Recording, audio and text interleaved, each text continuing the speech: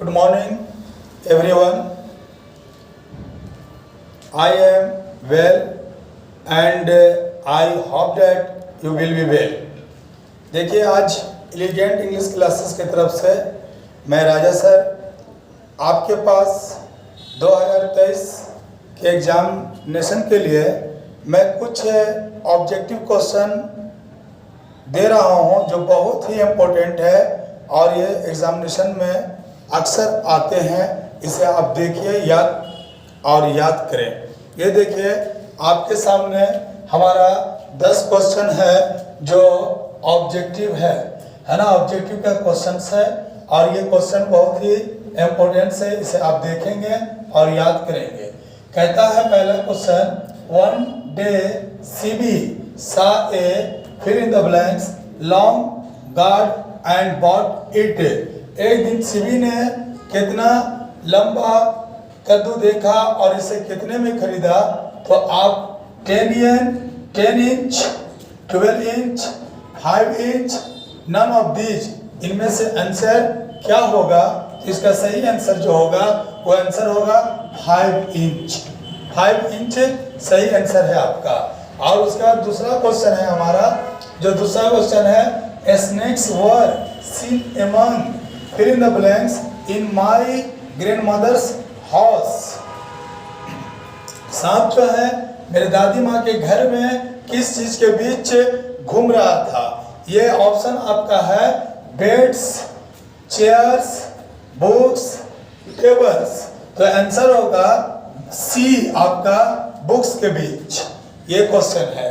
तीसरा जो हमारा क्वेश्चन है वो है the lines here lies a most beautiful lady is form.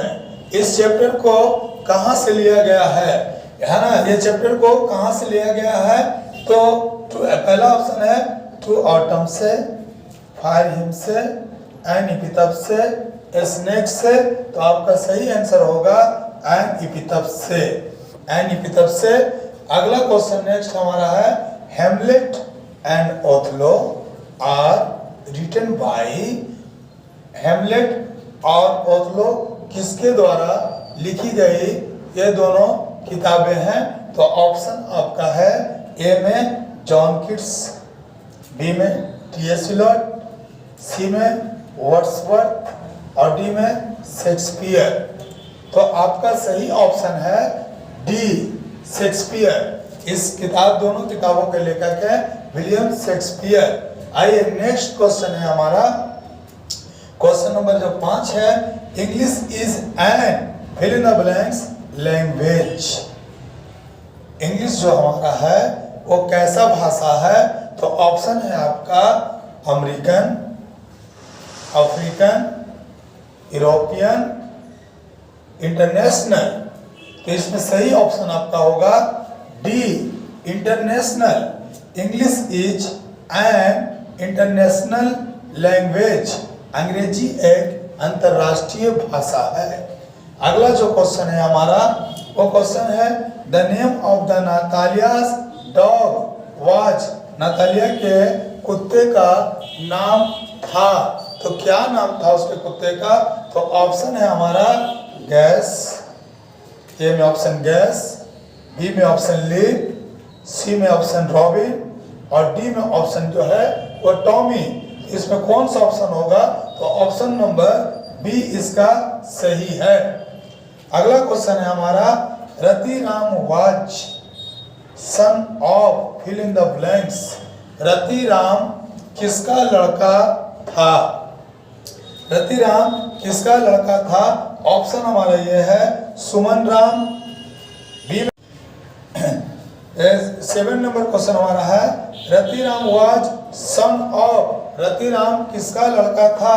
Option A में हमारा है सुमन राम, बी में ऑप्शन है राजा राम, सी में ऑप्शन है सोहन लाल रतिराम और डी में ऑप्शन है मोहन लाल रतिराम। ये ऑप्शन जो नंबर है आपका वो सी से ही है। 8वां क्वेश्चन है आपका, leaves of grass is a collection of poems bye.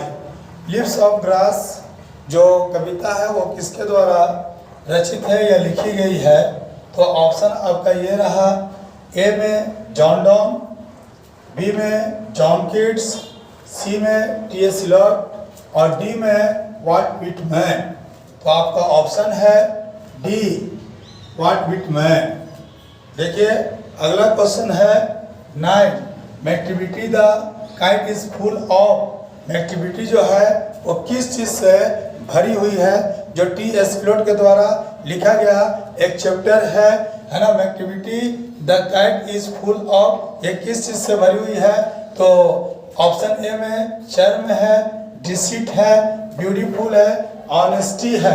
तो ये जो है धोखाधड़ी से भरी हुई बिल्ली है, जिसका आंसर है आपका बी, डिसीट। अगला 10वां जो क्वेश्चन है आपका वो 10वां है Untouchable and Coolie are written bye.